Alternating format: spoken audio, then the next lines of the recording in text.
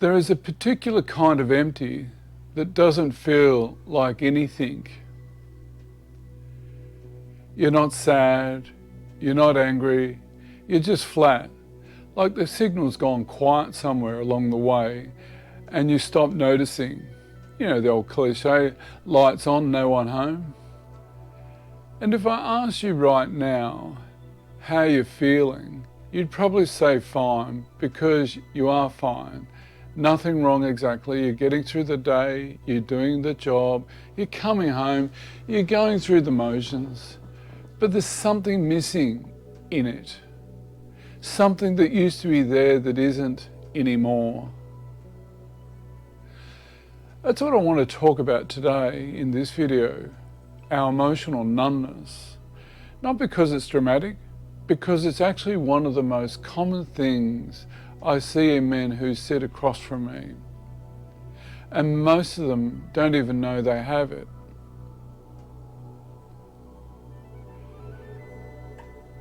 I've been sitting with men for over 30 years now, and one of the things I notice is that a man will come in and he'll say, I don't know why I'm here, I'm not depressed or anything. Everything's fine. The wife thought it might be a good idea. And we'll talk for a bit and I'll ask him, when was the last time he generally felt happy? Not content, not okay, just getting through, actually happy, actually alive to something, and there's a pause. And then he'll say, you know, I'm not sure, maybe a while ago. Or that is what the drinking covers up, sitting in the man cave. And you know, in that pause, when I ask that question, that's what I'm talking about. You know those moments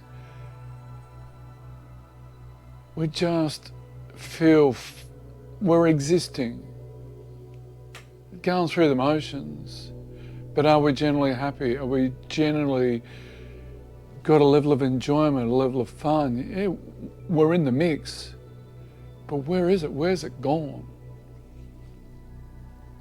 This is what it's called emotional numbness. What is it? Emotional numbness.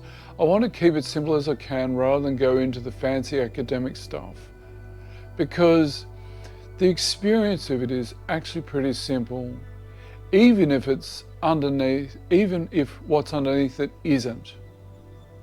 Numbness isn't emptiness. That's the first thing to understand. A man who feels numb isn't a man who has nothing going on inside him. He's usually a man who has a lot going on. But somewhere along the way, the connection to it got cut. Or more accurately, perhaps we cut it. Because at some point, feeling was too costly. The emotions were too big, or there was no safe place for them.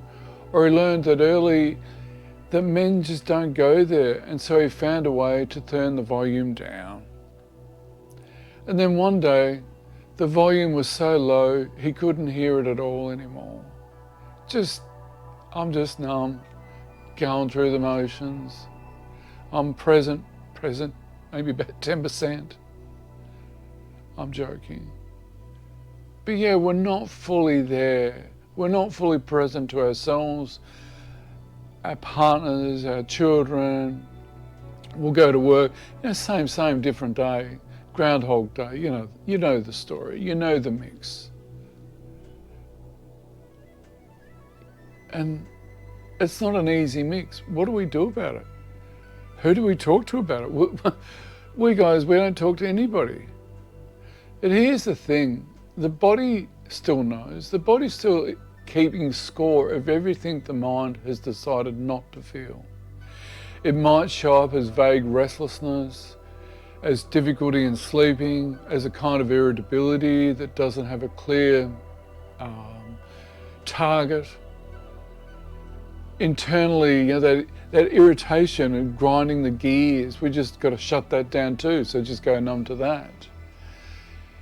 Going through the motions with the people you love and wondering why it all feels so flat, as drinking a bit more than you used to without quite knowing why, sitting in that man cave having a couple of sherbets every night.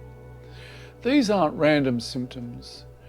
They're a man's emotional life trying to find a way out through the back door because the front door is closed.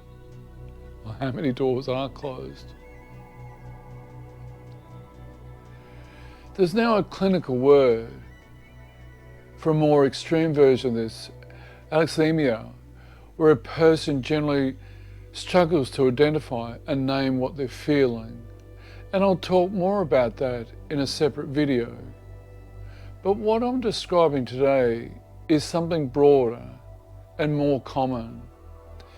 A man who used to feel things, and somewhere along the way, gradually without a single moment, he can't point to, stopped. And I think a lot of men who are watching this are sitting there right now thinking, yeah, does that sound a bit familiar? Can you relate to it? What does it cost you, this numbness? Because it costs something. It costs your relationship, because your partner can feel when you're not really there, even if she can't quite name it. She's trying to connect to something that keeps sliding away.